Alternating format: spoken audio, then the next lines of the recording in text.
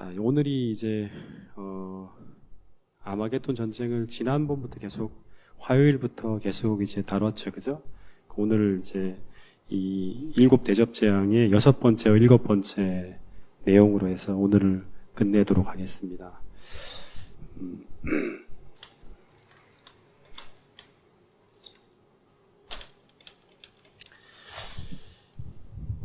항상 얘기하지만 이 바벨론이 멸망돼야 돼요.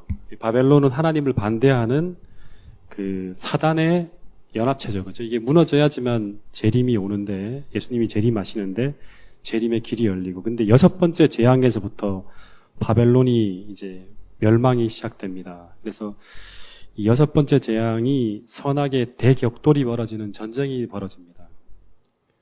근데 이때 이 사단이 누구를 흉내내냐 그러면, 사단은 항상 자기가 하나님이라 그러죠. 그죠? 자기를 보여서 하나님이라고 하는 거예요. 그래서 자기가 하나님이라는 것을 나타내기 위해서 그가 하나님을 모방하면서 행할 수 있는 최대의 강신술을 사용합니다. 이 마지막 때. 그래서 인류 최대의 기만이 이때 이제 벌어집니다. 그게 이제 머지않아 벌어질 이야기예요. 그죠? 근데 이 기만의 목적이 뭐냐 그러면, 계시록 16장에 보면 세계 모든 나라들로 하여금, 임금들로 하여금 이 하나님을 대적하는 이 세계적인 대전쟁에 동참하라고 설득하는 거예요. 그죠? 그 이야기가 지난번에 우리가 공부를 했습니다. 그래서 이 사단의 편에서 움직이는 그 대표적이고 핵심적인 연합 세력이 우리가 13장부터 계속 이야기해 오던 것처럼 짐승과 거짓 선지자예요. 짐승은 교황이고 거짓 선지자는 미국을 포함한 배도한 개신교 집단이죠. 그죠? 그러니까 개신교예요, 개신교. 타락한 개신교예요. 그래서 이제 사단적 삼위일체가 용, 짐승, 거짓 선지자인데, 이 용은 안 나타나요. 그죠? 사단은 안 나타납니다. 예. 직접 나타나지 않습니다. 뭐를 통해 나타나냐 그러면, 강신술이라는 능력을 누구에게? 이 짐승과 거짓 선지자에게 부어주어서 그들이 자신을 위해 자신이 원하는 대로 활동하게 하는 거예요. 예. 그런 식으로 전쟁을 이제 이 용이 계속 움직이는 겁니다. 13절, 14절을 한번 다시 한번 읽어볼게요. 계시록 16장 13절, 14절 우리 같이 한번 읽어보겠습니다. 이 내용들은 이제 우리가 정확하게 알아야 됩니다. 예. 정확하게 알아야 되고 우리가 확실하게 이 사단의 속임수가 무엇인지를 좀 분별을 해야지만 우리가 마지막 전쟁이 벌어질 때 하나님의 편에서 올바르게 분별할 수가 있습니다. 13절, 14절을 한번 읽어볼까요? 시작. 또 내가 보매 개구리 같은 새 더러운 영이 용의 입과 짐승의 입과 거짓 선지자의 입에서 나오니 그들은 귀신의 영이라. 이적을 행하여 온 천하 왕들에게 가서 하나님 곧 전능하신 이의 큰 날에 있을 전쟁을 위하여 그들을 모으더라. 예, 이 귀신의 영이라 했죠. 그죠? 귀신이라 했죠. 귀신. 그죠? 강신술이 나타나는 거예요. 그러니까 다시 말하면 이제 이 짐승과 거짓 선지자, 타락한 개신교가 무엇을 받아들이냐 그러면 강신술을 받아들이는 거예요. 신이 이제 임하는 거죠. 귀신이 나타나는 거예요. 예. 교회에서, 그다음에 이제 천주교의 미사에서. 그래서 근데 중요한 것은 이 짐승과 거짓 선지자가 강신술이라는 것을 받아들일 수 있도록 받아들이면서 이제 하나가 완전히 되는 거죠. 그죠? 하나가 되는데 이 강신술을 받아들이게 만드는 기초가 바로 뭐죠? 기초가 바로 뭐냐 그러면 우리가 꼭 기억해야 될 게 이제 대쟁투 학원에 보면 많이 나오는 거죠. 영원 불멸 사상이에요. 네. 이게 있어야지만 이걸 받아들일 수 있는 거예요. 이게 있어야지만. 네. 그러니까 다시 말하면 용과 거짓 선지자가 하나가 될 수 있도록 묶어주는 기초에 뭐가 있냐 그러면 영원 불멸 사상이 있는 거예요. 근데 이 사상이 지금 이 천주교라든가 개신교에만 있는 게 아니라 어디에도 있죠? 온 세상에 다 있습니다. 모든 종교에 다 있다는 거예요. 그래서 온 세상이 사단을 통해서 이 귀신이 출현할 때 거의 대부분 다 속아 넘어가게 돼요. 이 사상이 베이직에 있기 때문에. 여러분, 이 영원 불멸 사상을 이 천주교와 개신교가 공유하고 있기 때문에 이들은 강신술이 속임수라는 것을 알지 못해요. 우리만 알아요, 우리만. 이걸 알고 있는 우리만. 예. 그래서 강신술을 통해서 나중에 등장하게 되는 이 죽은 영혼의 존재가 진짜 죽은 사도 바울이고 죽었다 깨어난 진짜 베드로고 실제로 얼마 전에 돌아가셔서 하늘에 머물다가 온 조상이고 신실하게 믿던 목사님이고 뭐 이런 사람들이 실제 자신의 아버지라고 신실하게 믿었던 그런 사람들로 믿게 되는 순간 그 영이 말하는 대로 이끌려가지 않을 수가 없는 거예요. 제가 만약에 얼마 있다가 죽었어요. 근데 이제 나중에 이 세상의 종말에 제가 나타나서 김문우 집사님에게 내가 뭔가 증언을 한다. 그러면 이 영혼불멸 사상을 믿지 않는다 그러면 그런 신실한 나중에 이제 어떤 목사님들이 능력해서 말을 한다. 그거를 거부할 수가 없겠죠. 따라가게 되는 거예요. 예. 여러분 그래서 이 옛날에 보면 사울 왕이 죽었다가 살아난 귀신 사무엘을 실제로 어떻게 합니까? 믿죠. 귀신이라고 분별을 못해요. 믿음으로 알면 어떻게 되죠? 끌려가죠. 결국에는. 결국 파멸에 이른 것처럼 오늘 우리가 사람이 죽으면 영혼이 분리되어서 천국 가고 지옥 간다는 이 개념이 우리 생각 속에서 우리 사상 속에서 완전히 지워내지 못한다면 우리는 미국의 이 사단의 속임수에 미혹될 수 있다는 사실이에요. 오늘 이제 이 성수 외삼촌하고 이제 어머니 이제 수술 때문에 잠깐 이야기를 하는데 그런 얘기를 하더라고요. 어떤 사람을 만났는데 그 사람이 자기의 어떤 그런 걸 사주를 이렇게 봐주는데 그 얘기가 너무나 정확하게 맞는다는 거예요. 그러면 참 신기하다고 이렇게 말을 하는 거예요. 근데 이 정도가 아니죠, 나중에는. 그 정도만 들어도 우리의 미래에 대해서 쭉 얘기를 하는데, 지나온 얘기를 하는데, 맞추는 것만 하더라도 우리가 거의 지배될 수 있어요. 끌려갈 수 있어요. 두려워요. 그 사람이 하는 말이. 그죠? 우리는 그렇게 약한 사람이에요. 근데 나중에 실제 이 귀신들이 출현한다고 생각해 보세요. 거의 진리로 말미암아 우리의 마음을 방어하지 못한다면, 성령이 우리를 붙들어주지 못한다면 다 속습니다. 전부 다. 그래서 이 계시록 16장의 이야기는 뭐냐 그러면 미국에 온 세상에 이 죽은 영혼들이 등장하는 무시무시한 기만이 펼쳐지게 될 거라고 예고하고 있는 거예요. 다 끌려가는 거예요. 전부 다. 사단의 이 기만에. 그래서 이 짐승과 타락한 개신교에서 행하는 집회 속에서 이런 영혼들이 등장한다는 거 생각해 보세요. 예배 드리는 도중에 이런 영혼들이 등장하는 거예요. 기도하는데 막 등장하는 거예요. 그리고 이적이 출현하는 거예요. 이 목사의 말이 맞다 하면서. 그래서 이 죽은 사람들이 도처에서 출현해서 짐승과 타락한 개신교에서 행하고 있는 이 주장이 옳은 일이라는 것을 엄호하는 메시지들을 듣게 되는 거예요. 매스컴에서 누가 나타났다 뭐 이런 얘기들이 막 떠들겠죠. 사람들이 그걸 다 믿고 둘이 따라가겠죠. 전부 다. 그리고 또 하나 이 짐승과 거짓 선지자 다시 타락한 개신교회가 공유하는 게 영혼 불멸설에 기초한 강신술을 받아들이면서 하나로 메시지가 연합하게 됩니다. 함께 이 인류의 재난을 대처하기 위해서 하나로 연합하게 되고 또 하나가 뭐예요? 이 짐승과 거짓 선지자들이 타락한 개신교회가 공유하는 게 또 하나가 뭐죠? 또 하나가 뭐예요? 마지막에 하나로 묶어내는 게 이경 집사님 뭐예요? 일요일 예배예요. 일요일 예배 공유되어지는 거죠. 그렇죠? 그래서 이 일요일 휴업령은 모든 지금 이 두 세력만이 아니죠. 지금 모든 온 세상이 다 일요일 날 쉬잖아요. 온 일요일 날 다 쉬잖아요. 그러니까 온 문명 세계가 다 공유하는 제도예요. 영혼 불멸 사상, 온 문명 세계 종교들이 다 공유하는 거예요. 하나로 묶을 수 있는 거예요. 이걸 통해서. 그래서 결국 온 세상을 하나로 묶는 띠가 바로 뭐냐 그러면 일요일 휴업령이에요. 이걸 통해서 완전히 연합하게 되는 거예요.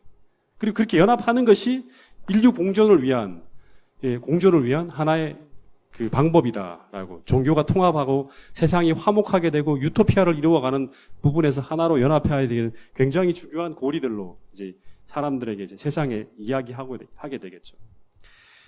그래서 세상에는 무엇이 진리인지 무엇이 거짓인지 우리가 성경을 통해서 분별하지 않으면 다시 말하면 성경만이 아니에요. 성경을 통해서 성경 말씀을 분별하지 않으면 진리와 거짓을 가리기 어려운 상황이 마지막에 벌어집니다. 근데 이 하나님을 대적하고 율법을 유린하는 이 일이 이게 하나님을 위한 일이라고 하면서 전 세계적으로 벌어지는 것을 가능하게 하는 것이 바로 무엇이다? 강신술이라는 거예요. 그래서 이 이적이 절정으로 가게 될 때 심지어는 어떤 일까지 벌어지냐 그러면 어떤 일까지 벌어지죠? 하늘에서 불이 내려오는 정도가 아니라 이 뭐까지? 예수님의 재림까지 사단은 흉내를 낼 정도라고 한답니다. 예수님이 재림하는 것까지. 기가 막히죠. 하나님이 거기까지 다 허락해요. 그래서 이 삼중연합의 사단과 짐승과 거짓 선지자가 강신술을 통해서 일요일 예배 제도를 통해서 완전히 여기 보면 본문에 보면 세상의 모든 임금들이라 했죠. 모든 임금들이라는 거 뭐예요? 모든 나라들이죠. 그죠? 수많은 나라들이 다 이제 연합을 하게 될 때, 완전히 하나로 연합되어지게 될 때, 하나로 연합되잖아요. 그럼 세상이 다 하나로 묶여지는 거예요. 하나로 완전히 묶여질 때, 이때 여기에 연합하지 않은 이 삼중 연합 세력하에 온 세상이 하나로 연합할 때, 이때 여기에 동참하지 않는 다르게 믿는 한 무리가 또 만들어지는 거예요. 소수가 만들어져요. 우리는 여기 이렇게 만들어지려고 하는 게 아니라 어떻게 하든지 다 따라가는데 하나님의 진리만 가지고 있던 한 무리가 따로 이렇게 이제 만들어지는 거예요. 이 무리가 바로 뭐다? 계시록 12장 17절에 등장하는 남은 무리라는 거예요.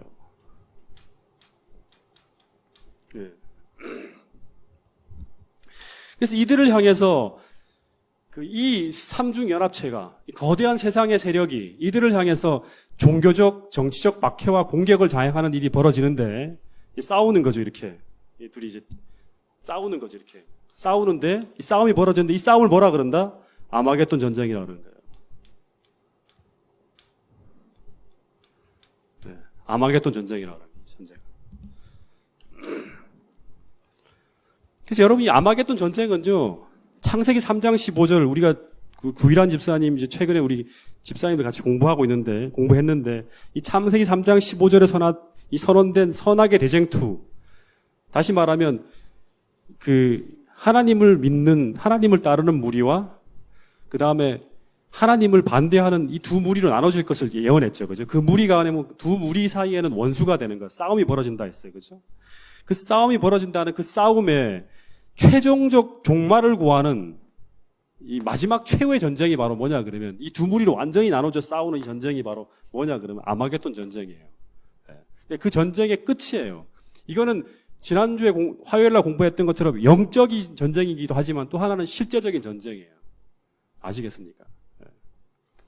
그래서 이 계시록 12장 17절에 얘기한 용이 여자의 남은 자손을 이 땅에서 영원히 멸절시키기 위해서 바다 모래 위에 서는 사건이 바로 뭐냐 그러면 이제 이 계시록 16장에 등장하는 아마겟돈 전쟁이에요. 사단이 총공세를 하는 거죠, 이제.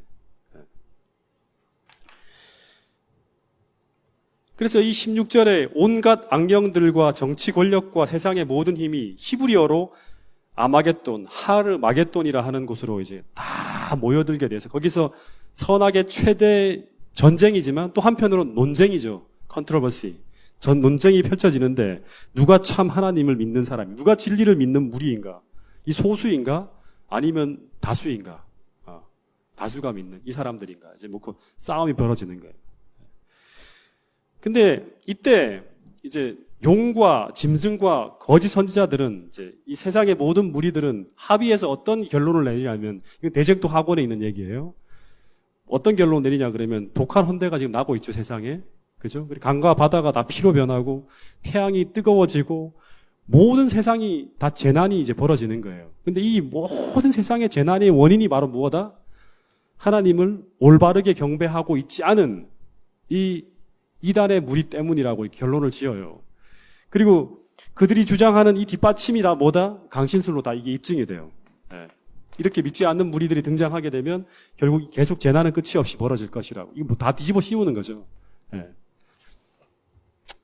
그래서 대쟁투 학원을 보면 이제 이 사형령이 내려지겠죠. 그죠?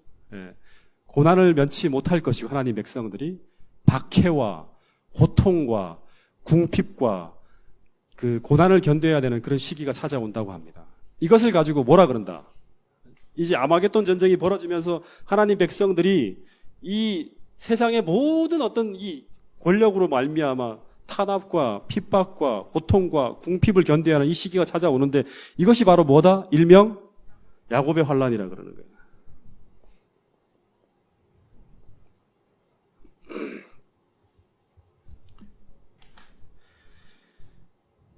근데 여러분 이제 이 시기부터는요 야곱의 환란 속으로 들어가는 이 시기부터 이 극한 환란이 찾아와요. 이제 그 다니엘서 12장 1절에 보면 개국 이래로 여태까지 볼 수 없었던 최대의 환란이 찾아온다는 거예요. 엘렌 화이트는 아무리 환란을 여실히 묘사하려 하더라도 더 이상 그걸 묘사할 수 없을 만큼 큰 환란이라 그랬고요. 그리고 엘렌 화이트는 심지어 뭐라 그래요? 우리가 보통 생각하고 실제로 겪게 되는 것이 생각하는 것보다 실제 겪는 것이 더 경하지만 이 야곱의 환란은 그렇지 않다 그럽니다. 생각하는 것보다 훨씬 더 강렬한 그런 고난을 당하게 된다 그럽니다. 근데 이 극한 환란 속에서도 이 여자의 남은 무리는 이제 이 야곱의 환란 속으로 들어가는 야곱 무리는 이제 뭐가 되냐 그러면 불사신이 됩니다. 안 죽어요. 이 사람이 안 죽어요. 네. 왜냐하면 대쟁투 학원을 보면 이때부터 하나님은 그 옛날 엘리야를 보호해 주신 것처럼 당신의 자녀들을 단 한 사람도 버리지 않을 것이라는 약속이 탁 주어집니다. 다시 말하면 이들은 안 죽이는 거예요. 예. 물론 이전에도 다 보호했지만 이 사람들은 생명을 보존해 줍니다. 어떻게 하려고? 살아서 하늘에 올라가는 그 무리로 이 대열을 이제 만드는 거예요. 예. 악한 자들이 기근과 질병으로 죽어갈 동안 천사들은 의인을 보호하고 그들의 필요를 채워줄 것이다. 다시 말해 이때부터 하나님 백성들은 단 한 사람도 죽지 않는다는 거예요. 하나님의 백성으로 인쳐진 사람, 하나님의 소유로 확정된 사람들에게는 뭐가 이제 파견되냐 그러면 이제 주의 천사들이 다 파송이 돼요. 이 생명을 지켜주기 위한 어떤 천사들이 다 파송이 됩니다. 근데 이 천사가 눈에 보입니까? 안 보이죠. 그러니까 이때부터는 뭘 보아야 되냐 그러면 약속을 믿어야 돼요. 하나님이 나를 지켜준다. 난 하나님의 것이다. 이 약속을 믿어야 되는데 눈에 보이는 상황은 정반대로 계속 펼쳐집니다. 그 대쟁투 학원에 보면 이때부터 하나님 백성들은 완전히 생존이 어려워지는 것처럼 보인대요. 다시 말하면 정상적인 방법으로는 생존이 불가능한 사람처럼 이렇게 상황처럼 보여지는 거예요. 그래서 이때부터 우리가 이제 옛날에 알죠. 출애굽기를 보면 하나님 백성인데 생존이 불가능한 상황이 펼쳐진다. 예. 생존이 불가능한 상황이 만들어진다. 그러면 출애굽 광야 시대에 보면 어떻게 합니까? 하나님은 하나님 백성들을 도와주기 위해서 기적과 능력이 펼쳐지죠. 이 출애굽기 상황이잖아요. 출애굽기에는 그 광야 속으로 들어가면 다 죽는 거예요. 지금 야곱의 환란 속으로 들어가면 벌어지는 상황은 다 죽는 거예요. 근데 이때 하나님이 당신의 백성을 지키기 위해서 어떻게 합니까? 기적과 이적이 펼쳐지는 것처럼 그런 일들이 펼쳐지는 거예요. 그래서 성경에 보면 하나님 백성들을 향한 약속들이 있죠. 시편에 보면 그 양식은 공급되고 그 물은 끊쳐지지 아니하라는 이 약속이 기적처럼 이들에게 양식과 물이 공급되어지는 일이 벌어져요. 기적처럼 하나님 백성들에게. 그리고 시편의 91편의 말씀처럼 저는 하나님이에요. 너를 새 사냥꾼의 올무에서와 극한 연병에서 건지실 것이미로다. 실제로 막 연병이 막 펼쳐지고 있죠. 그죠? 그리고 저가 너를 그 기수로 덮으시리니, 하나님의 기수로 덮는다는 것은 성령의 생명싸개로 덮는 거예요. 내가 그 날개 아래 피하리로다. 그의 진실함은 방패와 손방패가 되나니 너는 밤의 놀램과 낮에 흐르는 살과 흑암 중에 행하는 연병과 백주에 황폐케 하는 파멸을 두려워 아니하리로다. 천인이 내 곁에, 이 천인이 세상의 모든 임금들이 내 곁에, 만인이 내 우편에서 엎드려지나 이 재앙이 내게 가까이 못하리로다. 오직 너는 목도하리니 본대요. 악인의 보응이 내게 보이리로다. 내가 말하기를 여호와는 나의 피난처시라 하고 지존자로 거처를 삼았으므로 화가 내게 미치지 못하며 재앙이 내 장막에 가까이 오지 못하리로다. 시편 91편의 이야기죠. 그죠? 이게 실제적으로 이루어지는 이 시기가 바로 야곱의 환란을 통과하면서 벌어지는 거예요. 그래서 이 성경 말씀들이 실제로 이런 성경에 적힌 이런 이적과 기적들이 하나님 백성들을 지키기 위해서 실체 이 약속들이 힘이 돼갖고 성취되어지는 거 나타나는 것이 바로 이 시기예요. 이 시기.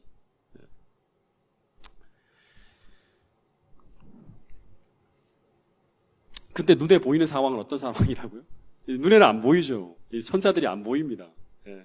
계속 어떤 도움을 받고 있는 것처럼 보이지만 이게 세력이 파괴되지 않으면, 이게 바벨론이 완전히 무너지지 않으면 계속 뭐랄까 하면 힘든 상황이 계속 닥쳐오는 거예요. 조금씩 도움을 받고 뭔가 극적으로 먹을 것이 나타나고 하고 하지만 이게 안 사라지면 계속 고난은 계속 이어지는 거예요. 그래서 이제 눈에 보이는 상황은 대쟁투 학원에 보면 그들 모두 앞서간 순교자들처럼 다 죽음으로써 그들의 믿음의 증거를 인쳐야 할 것 같은 상황이 보인다 그럽니다. 실제로 일요일 휴업령이 내려지기 전에, 야곱의 환란이 들어가기 전에 하나님의 백성 중에 남은 무리가 실제로 죽는 일이 벌어지죠. 있습니까? 없습니까? 그 전에 있죠. 죽어요.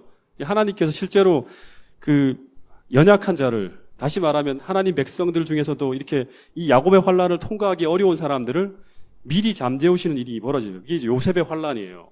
그때는 이제 죽어가는 일이 벌어져요. 순교자들이 발생합니다. 이걸 다 눈으로 지켜봤잖아요. 그러니까 자기들도 이렇게 끝날 것 같은 그런 생각이 드는 거예요. 하나님이 버리신 것 같은 그런 눈에 보이는 상황, 그런 상황들이 벌어진다는 거예요. 계속 일정 기간 동안. 그래서 이들이 아주 무서운 고뇌의 시기를 지나가면서 밤낮으로 하나님께 부르짖어요. 고뇌하며 기도로 씨름하는 거예요. 누가 그랬던 것처럼?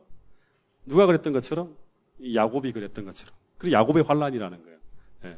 정신적으로 고뇌하며 앞에는 에서의 군대가 쳐들어오고 뒤에서는 이제 약복강 나루토 뒤에 이제 하여튼 해서 누가요? 도둑이 막 뒤에서 덮치고 하는 그런 어떤 힘든 상황이 벌어지는 거죠. 그죠? 근데 하나님 백성들이 계속 고뇌하며 기도하잖아요. 이 기도하는데 하나님께서 이 기도에 대한 응답으로 이 기도를 들으시면서도 하나님께서 이 환란의 시기를 연장해 간대요. 계속 조금 더. 예. 스탑 해야 되잖아요. 스탑 하는 게 아니라 연장해 간다는 거예요. 왜냐하면 이 구원의 지연이 그들의 기도에 대한 가장 최선의 기도 응답이기 때문이다라고 대쟁투 학원에 보면 나옵니다. 이걸 연장시킨대요. 왜 그러냐 그러면 이제 이런 얘기가 있어요. 이게 참 오늘날 우리에게도 되게 필요한 이야기입니다. 그들이 주님께서 일을 하시도록 진심으로 기다리고자 애를 쓰고 있는 동안 그들은 그들의 신앙의 경험에서 그처럼 활용해 보지 못하였던 이런 야곱의 환란이나 아니라면 활용해 보지 못하였던 믿음과 소망과 인내를 활용하지 않을 수 없게 상황이 만들어진다는 거예요. 믿음을 가지고 있는 사람들에게는 이 야곱의 환란의 기간을 통해서 이 굉장히 극심한 어떤 시련의 시간을 지나가잖아요. 이때 그들이 신앙의 경험에서 한 번도 그처럼 활용해 보지 못했던 그런 이 믿음과 소망과 인내를 활용하면서 이 극한 환란을 통과해 나가면서 이들이 싹 자라가는 거예요. 계속. 정말 말 그대로 다니엘서에 나오는 것처럼 별처럼 빛나는 어떤 사람으로 이들이 이 환란을 통해서 연단되어져 가는 거예요. 계속. 신앙이. 여러분 오늘 우리가 겪고 있는 여러 가지 어려움들 또 힘든 상황들을 직면할 때마다 이게 어떻게 본다 그러면 이 야곱의 환란이라는 큰 대환란을 통과해 나가기 위해서 우리가 믿음과 소망과 인내를 활용하면서 우리가 성장하는 하나의 과정이라고 생각을 하면 참 좋을 것 같아요. 믿음의 시련을 이런 어떤 시련들을 다 믿음의 시련으로 전환하는 사람만이 우리의 어떤 그런 품성이 더 이제 성숙되어지고, 믿음이 더 자라가고, 우리의 소망이 더 커가고, 또 그 어려움을 견딜 수 있는 인내가 더 인내의 근육들이 더 단단하게 만들어지는 거예요. 하나님께서 이거를 연장해 간다는 거예요. 계속 체크하면서. 또 한편으로는 이런 말이 있어요. 정말 너무나 하나님 백성들이 힘들고 이 상황이 오래오래 지속될 것 같으면 정말 견디기 힘들 것 같아요. 그래서 한편으로는 택한 자들을 위하여 이 환란의 때를 어떻게 한다? 단축될 것이라는 얘기를 해요. 그래서 일곱 재앙의 시간과 야곱의 환란은 그리 길지는 않을 거예요. 되기 힘들지만. 대략 어떤 목사님은 1년 안쪽이라고 얘기하는 사람도 있는데 정확한 기간은 모르겠어요. 근데 하여튼 힘든 기간이 1년이라도 제가 생각할 때 너무너무 길 것 같아요. 이 시간은. 1년이라 하더라도. 그렇게 길지 않은 시간을 지나갈 거예요. 우리가 견딜 수 있을 만큼. 하지만 최대 강도의 어떤 그런 시험이 찾아오는 게 바로 야곱의 환란이에요. 왜냐 그러면 모든 세상의 모든 것들이 정상적으로 작동하지 않고 우리가 이렇게 평안하게 예배드릴 수 없는 상황들, 그 다음에 먹는 것부터 시작해서 생활 자체가 굉장히 힘들어지고요. 또 한편으로 그 상황들이 만들어질 때마다 우리가 정말 용서받은 사람인지, 진짜 내가 하나님의 백성인지, 믿음 안에 있는지, 주님께서 내가 당신의 편에 있는 그런 사람, 그 안에서 내가 이런 고통을 당하고 있는지를 확인할 수가 없어요. 그래서 굉장히 힘들게 고뇌하며 기도한다는 거예요. 이 시기간 동안. 우리가 그날을 위해서 어떻게 해야 된다? 믿음과 소망과 인내를 활용해야 돼요. 지금 우리가 닥치고 있는 여러 가지 어려움들을 통해서. 그래서 이 일요일 휴업령이 통과되어지고 이제 경제권 정도가 아니라 처음에는 뭐예요? 매매를 못하게 하지만 더하여서 하나님 백성들을 모조리 죽여야 한다는 사형령이 통과되어져요. 다시 말하면 경제권을 박탈하는 정도가 아니라 매매 정도가 아니라 이제 죽여야 된다는 어떤 사형령이 통과되어집니다. 그러면 이제 이 똑같이 뭐예요? 어게인 에스더서처럼 그죠? 이 불임절에 벌어졌던 그 상황이 이제 다시 반복되는 거예요. 하나님 계명을 지키는 자들을 죽이고자 하는 그런 일이 자행되어져요. 법령으로 통과되어져요. 날짜와 시간이 법을 통해 통과되어진대요. 날짜와 시간이. 에스더서에 나온 상황과 똑같죠. 그죠? 그래서 근데 이 대쟁투 학원을 보면 이 날짜보다 먼저 남은 무리를 죽이려고 움직이는 사람들이 등장합니다. 근데 이때부터 드라마 같은 일이 펼쳐지죠. 아무도 그 충성된 각 사람들을 둘러진치고 있는 강한 수호자의 경계망을 깨트릴 수 없다. 어떤 사람들은 도시와 촌락들을 피해 가다가 공격을 받는데요. 이제 이 불법적이죠. 정해졌지만 먼저 죽이려고. 너무나 이 사람들이 미워하고. 왜냐 그러면 이런 모든 상황들이 이 남은 무리 때문에 벌어진 거기 때문에. 피해가다 공격을 받는다. 그러나 그들을 해하고자 높이 들려진 검은 마치 무엇처럼. 보셨죠? 무엇처럼 아시잖아요. 지푸라기처럼 무력하게 꺾어져서 힘없이 떨어진다. 또 어떤 사람들은 전사의 모양을 한 천사들에 의해서 보호를 받는다. 전사의 모양으로 하나님의 백성들을 도와주게 등장하는 천사가 사람처럼 등장해서 하나님 백성들을 지켜주는 그런 기적 같은 일들이 벌어진다는 거예요. 믿을 수 없는 기적 같은 일들이. 네. 여러분 그래서 이런 상황들이 전개되어져서 쫙 흘러갈 때 막 진짜 한편으로는 아슬아슬하잖아요. 하지만 끝나지 않아요. 계속 어려움들을 찾아오는 거예요. 더 하나님 백성들을 옥죄하는 일이. 왜 이 악의 무리를 하나님 안 끝내줍니까? 막 이런 어떤 부르짖음이 있겠죠. 이런 절박한 상황으로 막 전개되어져 갈 때 이제 끝이 보입니다. 그게 바로 뭐냐 그러면 17절입니다. 일곱 대접 재앙의 일곱째 천사가 그 대접을 쏟아야 돼요. 이러면 이제 끝이 납니다. 자, 계시록 16장 17절을 읽어보겠습니다.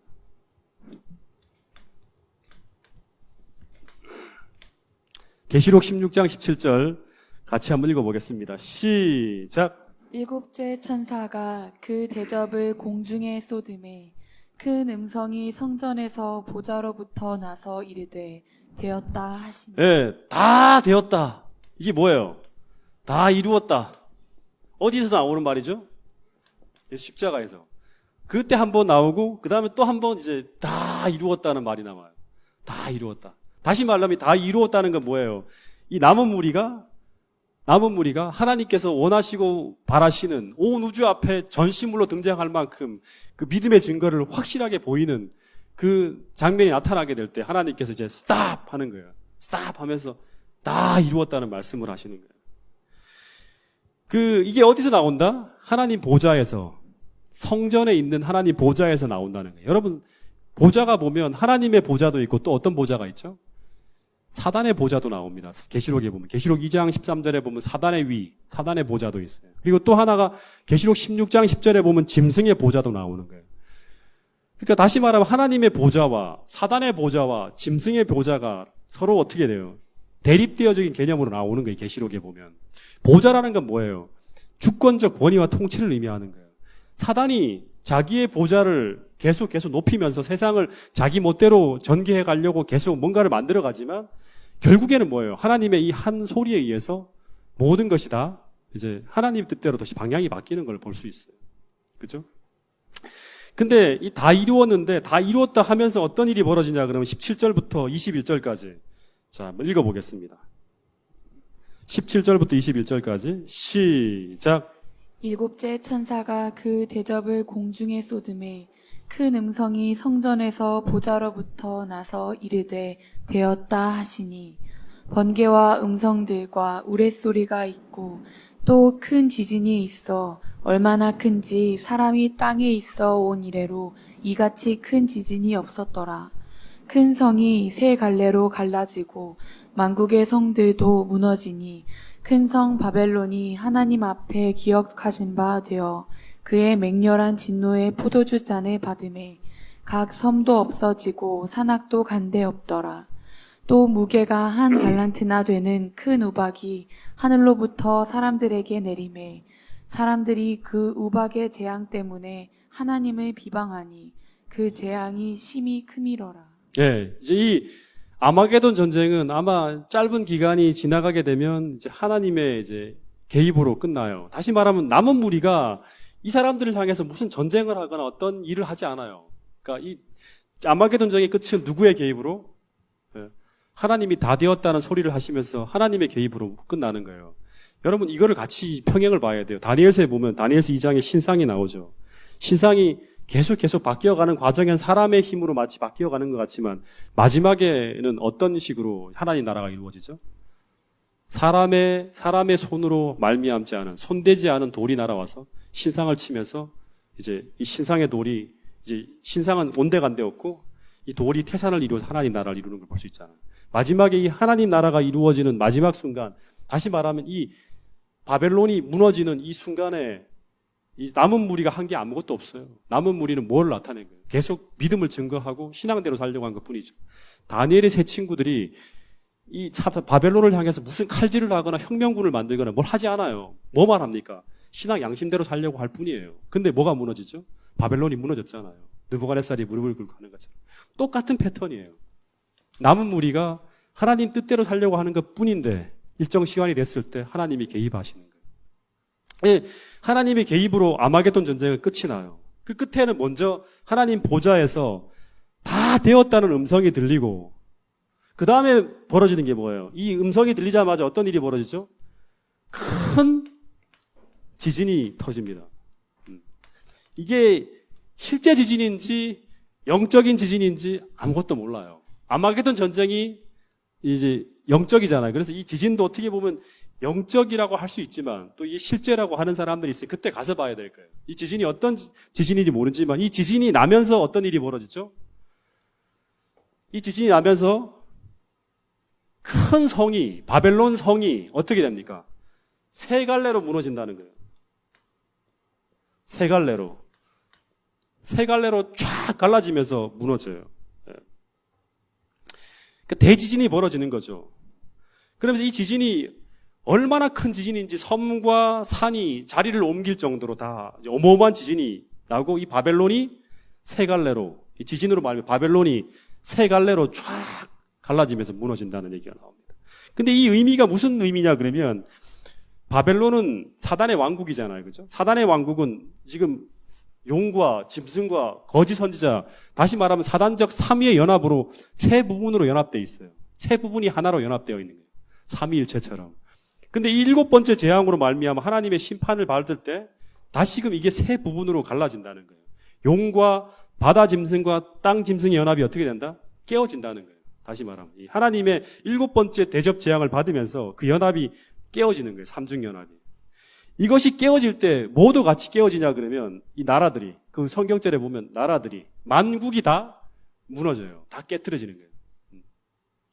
만국의 성들도 다 무너집니다. 다시 말해 이 바벨론을 지원하면서 하나님 백성에게 고통을 주었던 모든 세속적 권력들이 다 무너지는 거예요. 전부 다. 그리고 난 다음에 이제 뭐가 일입니까? 지진이 나고 난 다음에 그 다음에 뭐다?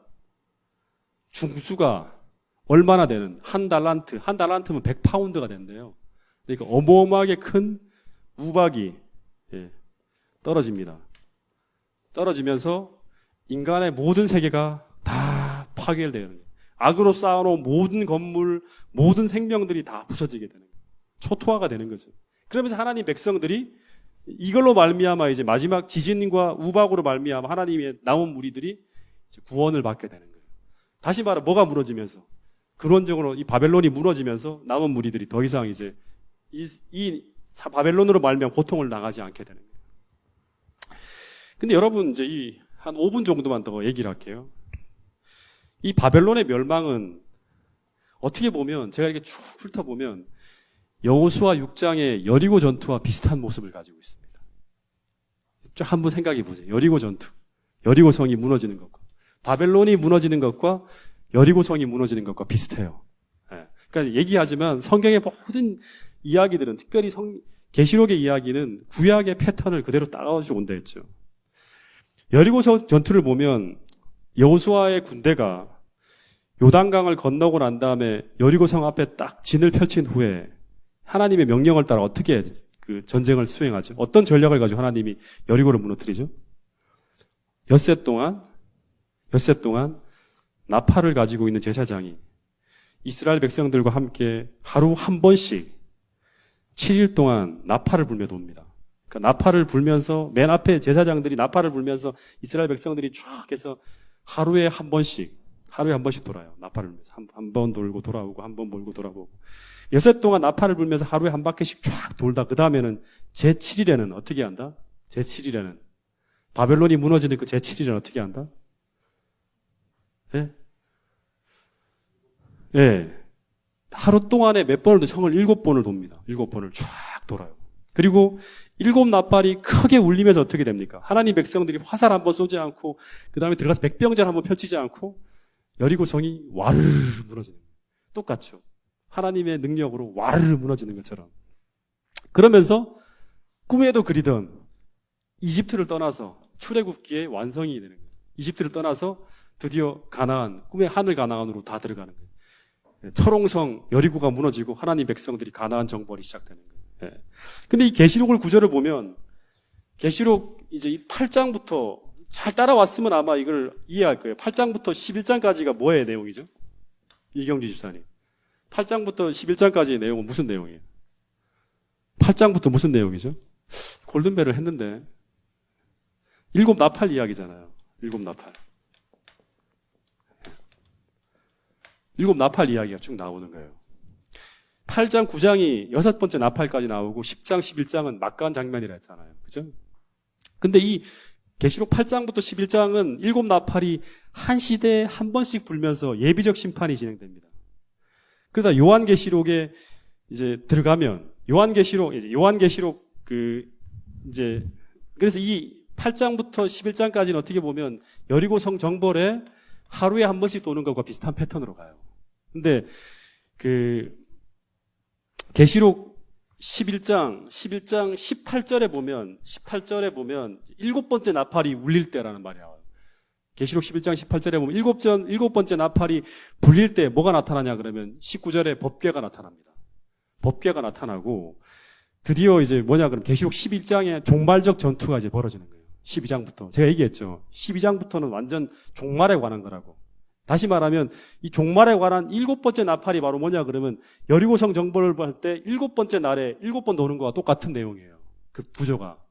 종말적 장면이 펼쳐지면서 어떻게 되냐 그러면 나팔을 7번 불잖아요. 심판이 7번 쏟아지는 거예요. 하루 동안에. 그게 바로 뭐냐 그러면 7대접 재앙이에요. 7대접 재앙. 7대접 재앙. 최후의 재앙이 7번 쏟아지고 난 후에 여리고가 무너지는 것처럼 바벨론이 무너지는 패턴으로 나옵니다. 그리고 난 다음에 가나안으로 향해서 이스라엘 백성들이 진입에 들어가는 거예요. 마지막 막고 있는. 똑같이 바벨론이 무너지고 난 다음에 동방으로부터 왕의 길들이 예비되고 그 다음에 하나님 백성들이 하늘로 가는 똑같은 구조가 이루어지는 거예요. 그래서 이 재앙들, 그러니까 이 7 재앙이 쏟아지고 난 후에 7 재앙이 쏟아지고 난 후에 바벨론이 무너지고 하늘 가는 길이 열렸던 것처럼 그다음에 이 이집트에서는 출애굽기에서는 10재앙이 쏟아지고 난 다음에 바로가 손을 들고 드디어 하나님 백성이 가나안으로 가는 길이 열린 것처럼 이 모든 것들이 비슷한 구조예요. 전부 다. 예. 여러분 그래서 성경의 이야기를 본다 그러면 너무나 과학적이고 너무나 어떻게 보면 이 이야기들이 그냥 신화 같은 이야기들이 아니라 과거의 구조와 과거의 이야기를 통해서 반복된다는 걸 계속 우리에게 설명하고 있어요. 이런 똑같은 구조로 하나님께서 마지막 하나님 백성들을 구원하신다는 거예요. 그래서 오늘 마지막 이 계시록 16장 15절 이 6번째 재앙과 7번째 재앙 사이에 주어진 하나의 권고를 읽으면서 이 마지막 때 이런 일이 벌어지는 걸 하나님께서 보시면서 오늘 이 시대를 살고 있는 우리에게 그때가 아니에요. 야곱의 환란이 벌어질 때가 아니라 오늘 이 시대를 살고 있는 우리에게 주어지는 아주 중요한 메시지가 하나 주어집니다.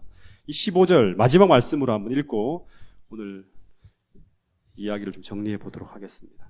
자, 15절 한번 읽어보겠습니다. 시작. 보라, 내가 도둑같이 오리니 누구든지 깨어 자기 옷을 지켜 벌거벗고 다니지 아니하며 자기의 부끄러움을 보이지 아니하는 자는 복이 있도다. 네, 이 야곱의 환란이 들어가기 전에, 다시 말하면 아마게돈 전쟁이 벌어지기 전에 오늘 우리에게 그 시대에 주어진 말씀이 아니라 오늘 이 시대를 살고 있는 우리에게 무슨 말을 하냐 그러면 7번째 재앙이 이렇게 이제 마지막에 장면들이 펼쳐지고 있는데 오늘 이 시대에 우리가 준비해야 될 가장 중요한 것은 뭐냐 그러면 하나님께서 도적같이 오기 때문에 우리는 어떻게 해야 한다? 항상 영적으로 각성돼 있어야 한다는 거예요. 그러니까 이 시대에 흘러가는 이 흐름들을 우리가 이 속에서 우리가 술에 취해서 바벨론의 독주에 취해서 그 사상에 취해서 우리가 있는 이 위치가 어떤 위치인지를 모르고 살면 안 되는 거예요. 그죠? 그래서 도적같이 오리니 깨어서 영적으로 각성되어져 갖고 하나님께서 하늘에서 어떤 일을 진행하고 있고 우리는 어떻게 살아야 되는지를 분명히 분별해서 두 번째는 뭐예요? 그리스도를 의지하는 이 믿음. 의의 두루마기는 바로 뭐냐 그러면 그리스도를 의지하는 믿음이죠. 그죠? 그냥 보이는 대로 살지 말고 믿음대로 살아서 항상 하나님께서 주시는 의복을 더럽히지 않고 이 구원을 잃지 않는 그러한 삶을 살아가라는 거예요. 타협하지 말고 세상에 굴복하지 말고 믿음으로 살아가라는 거예요. 그러면 마지막 때 주님께서 오실 때 우리가 마지막 순간에 여기에 연합된 사람이 아니라 남은 무리에 속해서 마지막 순간까지도 그 믿음으로 바벨론을 무너뜨리고 마침내 주님께서 오시는 그날 하나님과 함께 영원히 살 수 있는 그 대열에 동참할 수 있을 거라는 거예요. 자꾸 벌어지는 상황들을 보지 말고 믿음으로 하나님 말씀으로 오늘을 살아가는 여러분과 저가 되기를 간절히 바라면서 오늘 말씀을 줄이도록 하겠습니다.